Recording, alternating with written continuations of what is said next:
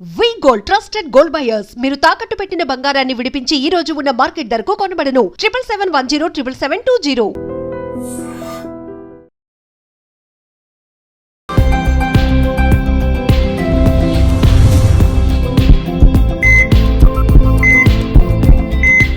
నమస్తే, welcome to healthy conversations with IT media. నేను మీ ఝాన్సీ.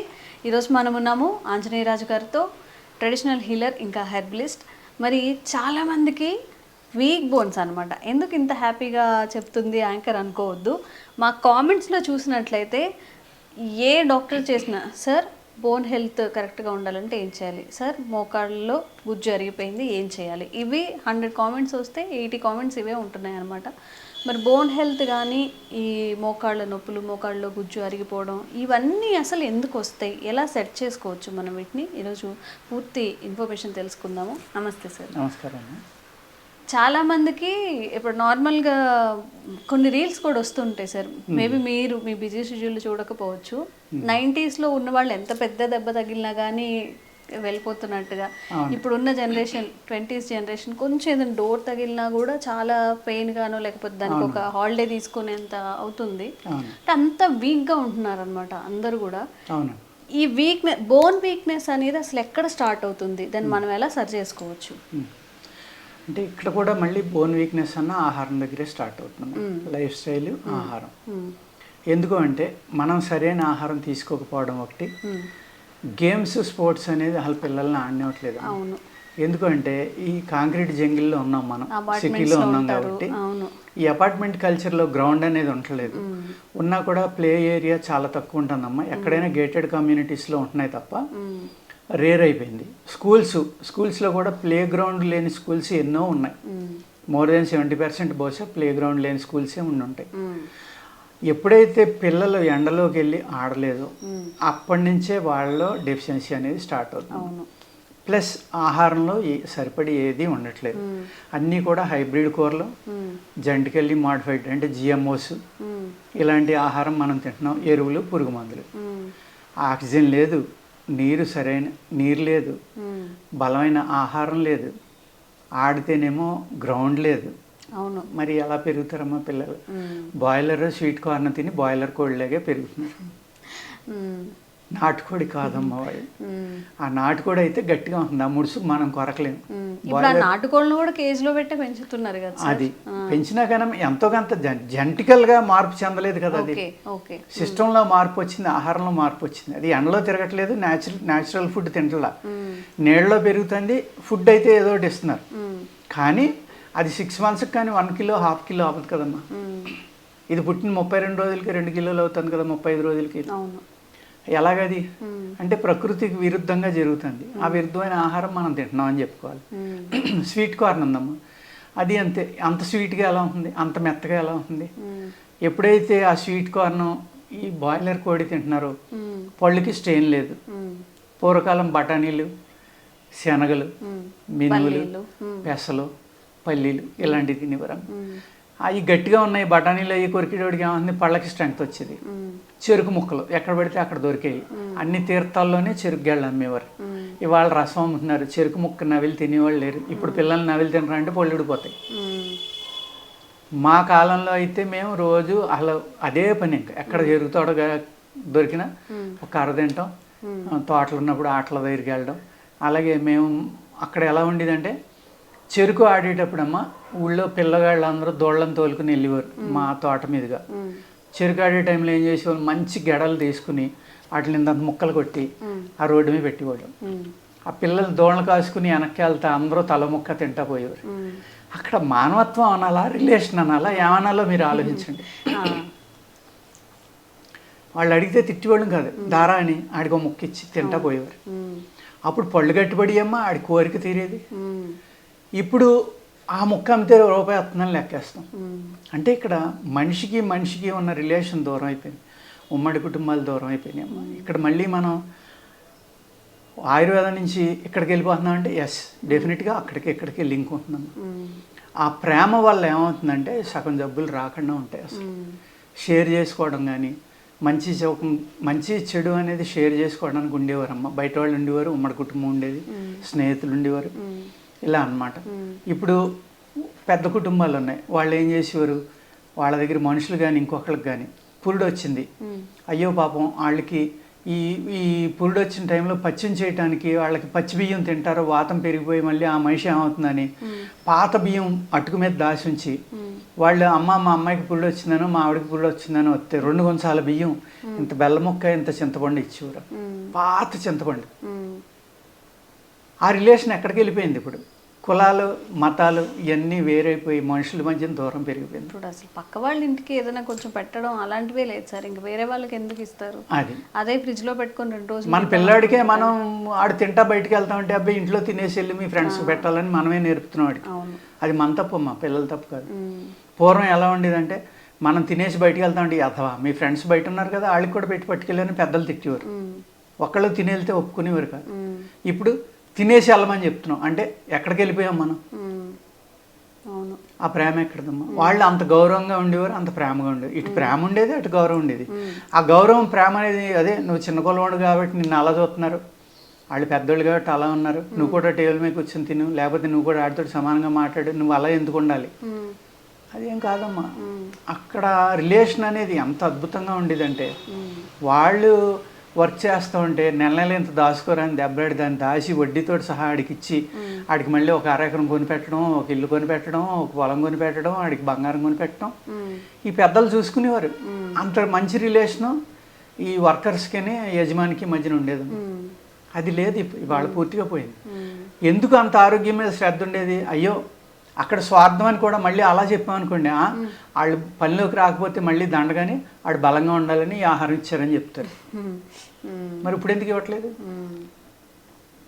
ఇచ్చిన వాళ్ళు తీసుకోవట్లా, ఎందుకంటే వాళ్ళ మనస్సులు కల్మషం చేస్తారు. ఇక్కడ ఏమవుతుందంటేనమ్మా ఈ ట్రెడిషన్ అనేది అన్ని యాంగిల్స్లోనే వస్తుంది. మనిషికి మధ్యన ఉన్న రిలేషన్ కానీ మెడిసిన్గా కానీ అన్ని రకాలుగా కూడా ఈ ట్రెడిషన్ అనేది వస్తుంది. ఎప్పుడైతే ఈ బలమైన ఆహారం తినకపోవడం ఒకటి, భూమిలో ఉన్న ఆహారం అంటే మినరల్స్ కానీ ఈ కానీ లేకుండా మనం సపోజ్ 20 బస్తాలు పండవలసిన భూమిని 50-60 బస్తాలు పండించడం కృత్రిమమైన ఎరువులు ఇచ్చి, అప్పుడు భూమిలో శక్తి అంతా లాగేసింది కదమ్మా.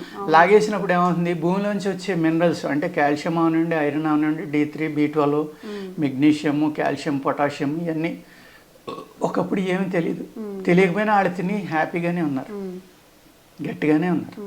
ఇవాళ ఎందుకు గట్టిగా లేరు? భూమిని పూర్తిగా మనం పాడు చేసాం. అలా అంటే ఏమంటారంటే ప్రొడక్షన్ పెరగకపోతే పాపులేషన్కి ఎలా సరిపోతుంది అంటారు. దానికి ఇంకో వీడియో చేయొచ్చమ్మా మనం, దానికి మొత్తం క్యాల్కులేషన్ తోటి సహా ఉంది నా దగ్గర. అప్పుడు మనం ఎంత తినేది ఇప్పుడు ఎంత తింటున్నాం అంతే తప్ప ప్రొడక్షన్ 10 రెట్లు పెరిగిందంటలా, 10 రెట్లు తింటున్నాం మనం సింపుల్గా చెప్పాలంటే. ప్లస్ ఏం తింటున్నాం, అందులో ఎటువంటి శక్తి లేని గడ్డి తింటున్నాము. బ్రౌన్ రైస్ తింటాం మానేసాము, పాలిష్, తెల్లటి బియ్యం, దానికి డబల్ పాలిష్, సింగిల్ పాలిష్, మళ్ళీ సిల్క్ బియ్యం అంటే వండిన వెంటనే నోట్లో పెట్టగానే దిగిపోవాలి నవలక్కల, దాని సిల్క్ బియ్యం మళ్ళీ దానికి పేరు. ఇంకా అది ఏం పని చేస్తుందమ్మా మనకి? అదే సిల్క్ బియ్యానికి పురుగు పట్టదు.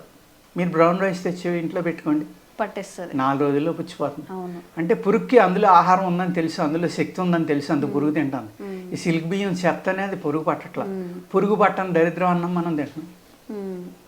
మన మీద అదే తెలియదు, ఇది నాకు వద్దని వదిలేసింది మనం తింటున్నాం అమ్మా. అర్థమైంది కదా? అంచేత ఏంటంటే ఈ D3, B12 అనేది ఎవ్రీ ఇయర్ అందరూ చేయించుకోవాలమ్మా కంపల్సరీగా. చేయించుకుని అది న్యాచురల్గా ఉండి ఆహారంలో కావాలి అంటే D3, B12 మన పాలకూరలో ఎక్కువ ఉందని, బీట్రూట్లో ఉందని ఇలా చెప్తూ ఉంటారు. పూర్వకాలం ఏం చేసేవారు అంటే ఇగో మళ్ళీ సున్నుండలను లేకపోతే న్యాచురల్గా వచ్చి పదార్థాలు, దుంపకూరలు న్యాచురల్గా ఉండి పంటలు తినటం వల్ల, అలాగే రొయ్యలు, పీతలు, ఇంకా చికెన్లు, మటన్లు ఇలా తినేవాళ్ళు.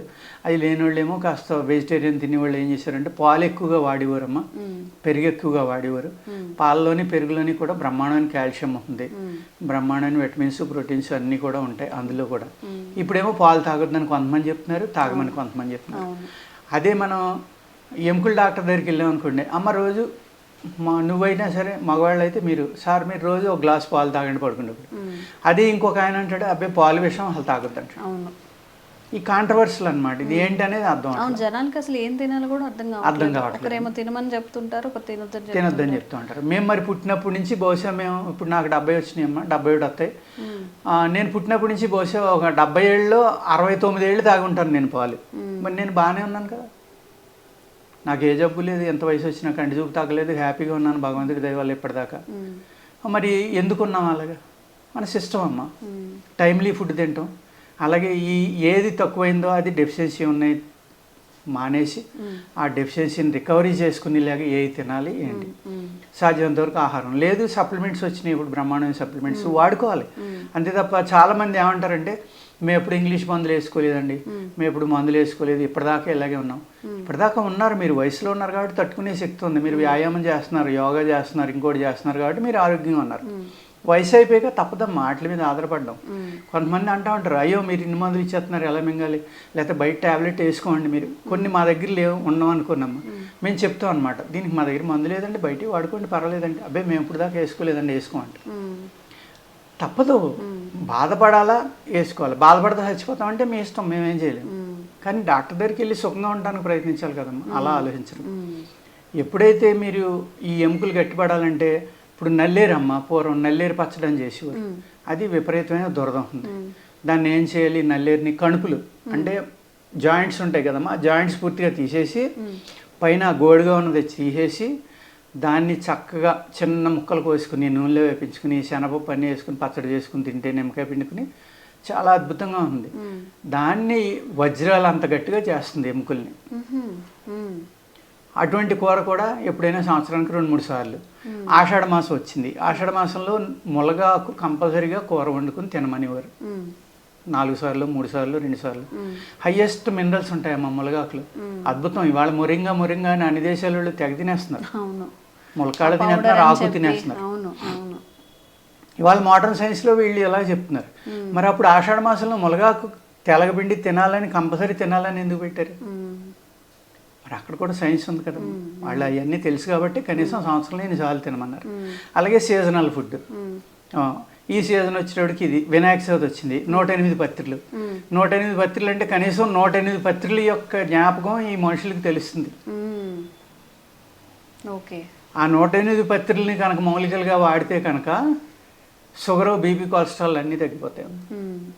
అంటే అన్ని ఆకుల్లోనే ఉన్నాయి. ఆకుల్లోని కాయలు కూడా కడతారు కదా, మారేడు కడతారు, అలాగే మన వుడ్ యాపిల్ ఏంటమ్మా వెలక్కాయ కడతాం, వెలగాకు కడతాం, మారేడాకు, మారేడుకాయ, అనేక రకాల పత్రికలు ఉన్నాయి కదా. ఆ రోజు ఎంత చక్కని వాసన వస్తుందమ్మా ఇంట్లో అన్ని పత్రికలు వేసి వినాయకుడు పూజ చేస్తే.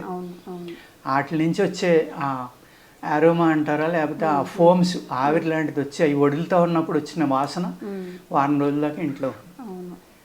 అంటే అవి రిలీజ్ చేసిన గాలిలో కూడా ఆరోగ్యం ఉందన్నమాట మనకి. మనం సైకలాజికల్గా హ్యాపీగా ఉంటాం ఆ వారం రోజులు ఆ విగ్రహం తీసే వరకు. ఎందుకు అది ఆ పవిత్రత అనండి, భగవంతుడి మీద భక్తి అనండి, లేకపోతే స్వార్థం అనండి, కోరికలు తెచ్చుకోవడానికి అనండి, ఏదో రకంగా జరుగుతుంది కదా అక్కడి వరకు. దానివల్ల కూడా మన ఆరోగ్యం బాగుపడుతుంది. ఇలాగా మనకి ఏది డెఫిషియన్సీ ఉందో అవి వాడుకున్నమ్మా. వ్యాయామం అనేది కంపల్సరీగా చేయవలసిందే. యోగానో వ్యాయామమో ఎండలో ఆడడమో చేయకుండా తల్లిదండ్రులు ఏం చేస్తున్నారు, పిల్లల్ని 2 గంటలు ఆడుకొస్తే టైం వేస్ట్ అయిపోతుంది, 2 గంటలు చదివితే వీడికి ఇంకో 10 మార్కులు వచ్చేస్తాయి. అలా లెక్క వేయకూడదు. ఎప్పుడైతే పిల్లలు హ్యాపీగా వెళ్ళి ఎక్కువ ఆడారో, ఆడినప్పుడు ఏమవుతుంది, వాళ్ళ లంగ్స్ కెపాసిటీ పెరుగుతుంది, ఆక్సిజన్ హైయెస్ట్ తీసుకోవడం వల్ల ఆక్సిజన్ బ్రెయిన్కి సప్లై అవ్వడం వల్ల షార్ప్నెస్ వస్తుంది బ్రెయిన్లో. ఆ ఆటలో వాడిన టెక్నిక్స్ అవనివ్వండి, ఇంకోటి అవనివ్వండి. అలాగే వాటమి గెలుపు అనేది 2 కూడా వాడు ఈక్వల్గా తీసుకోవడం అనేది అలవాటు అవుతుందమ్మా. ఇవన్నీ లైఫ్ నేర్పుతుంది అక్కడ. గేమ్స్లో చాలా అంటే చాలా నేర్చుకుంటారు పిల్లలు, మనం వాళ్ళని పంపట్ల. ఎప్పుడైతే వాళ్ళు ఎక్సర్సైజ్ లేకుండా సున్నితంగా పెరుగుతున్నారో ఎముకలు ఆటోమేటిక్గా మెత్తగా ఉంటాయి. ఇంకా పెద్దవాళ్ళు అంటారా, పెద్ద వయసు వచ్చేసరికి మినరల్ డెఫిషియన్సీ అనేది D3, B12 అనేది హయ్యెస్ట్ కనపడుతుందమ్మా. మేము ఏం చేస్తామంటే 1-2 నెలల్లో మా మందులకు కనుక రెస్పాన్స్ రాకపోతే ఇమీడియట్గా చేయితే డెఫినెట్గా తక్కువ ఉంటున్నాయి. అవి వేసుకున్నాక ఇంకో 1 నెల మందులు ఇస్తే అద్భుతంగా తగ్గుతున్నాయి ఈ కాంబినేషన్లో. అందుకు ఇవాళ న్యాచురల్గా తీసినవి కూడా అనేక దేశాల నుంచి ఇంపోర్ట్ కూడా వస్తున్నాయి అమ్మా, ఎక్స్పోర్ట్ చేస్తున్నాం మనం, బయట నుంచి కూడా వస్తున్నాయి. అటువంటి మినరల్స్ కనుక ఎక్స్ట్రా తీసుకునే అవసరం అయితే, ఇప్పుడు మినువులు చెప్పాను నేను, సున్నుండలు అంటాను, నువ్వులు, బెల్లము, ఇలాంటి కాంబినేషను, లేకపోతే పాలతోటి చేసుకునేది. పూర్వం జిన్నమ్మ, గేదెలు కానీ ఆవులు కానీ తిన్నప్పుడు ఆ జున్ను తినేవారు. అందులో హయ్యెస్ట్ ప్రోటీన్ ఉంటుంది. అలాగే తామర గింజలు, తామరకాయలు, తామర పూలు, ఇలాగ ఎన్నో రకాలు అన్నమాట ఆహార పదార్థాలు. మనకి చిక్కుళ్ళలో ఎన్ని రకాలు ఉన్నాయమ్మా? 10-15 రకాలు ఉంటాయి. వేరుశనగ ఉంది, శనగలు ఉన్నాయి. ఈ 3 కూడా విపరీతమైన ప్రోటీన్ మాంసకృతులు ఉన్నాయి. ఇలాంటివి తినొచ్చమ్మా. మనం ఎన్వి తింటేనే ప్రోటీన్ పెరుగుతుంది, లేకపోతే లేదు కానీ కూడా అనుకోకల. ఇలాంటి ఆహారాన్ని తీసుకుంటా మినరల్ డెఫిషియన్సీ లేకుండా చూసుకుంటే డెఫినెట్గా మీ ఎముకలు గట్టిగానే ఉంటాయి. మీరు హ్యాపీగా ఈ ప్రాబ్లమ్స్ నుంచి బయటపడవచ్చు. ఓకే, తప్పకుండా సార్. మరి సార్ చెప్పిన విషయాలన్నీ కూడా మీరు పాటిస్తారు, మీ హెల్త్ని సెట్ చేసుకుంటారని మేము అనుకుంటున్నాము. మరికొన్ని వీడియోస్తో మళ్ళీ కలుద్దాం. Thank you so much. నమస్తే. Sir, one life lesson what medicine has taught you. Whatever you can do without expecting. But I really believe మన పాజిటివ్ యాటిట్యూడ్ ఉంటేనే మనం ఏదైనా సాధించగలం. గట్ ని మనం కరెక్ట్ గా డీల్ చేసినట్లయితే అది మనకి పాజిటివ్ హార్మోన్స్ ని రిలీజ్ చేస్తుంది. షుగర్ వచ్చిన వాళ్ళ పరిస్థితి ఏంటి? పొట్ట దగ్గర పెరిగితే దాన్ని ఆండ్రాయిడ్ అంటారు, ఆండ్రాయిడ్ ఫోన్ కదా. అసలు థాట్స్ ఎందుకు వస్తాయి? బ్రెయిన్ డెడ్ అంటే దానికి ప్రపంచం అంతా కూడా కొన్ని నిర్దిష్టమైనటువంటి లక్షణాలు ఉంటాయి. మానసికంగా ధైర్యంగా ఉంటే క్యాన్సర్ జయించవచ్చు. You are a doctor for a cause sir, అంతే. వాళ్ళకి వచ్చిన ఆదాయం కాకుండా ఫ్రీ సర్వీస్ ఎంతమందికో చేస్తుంది.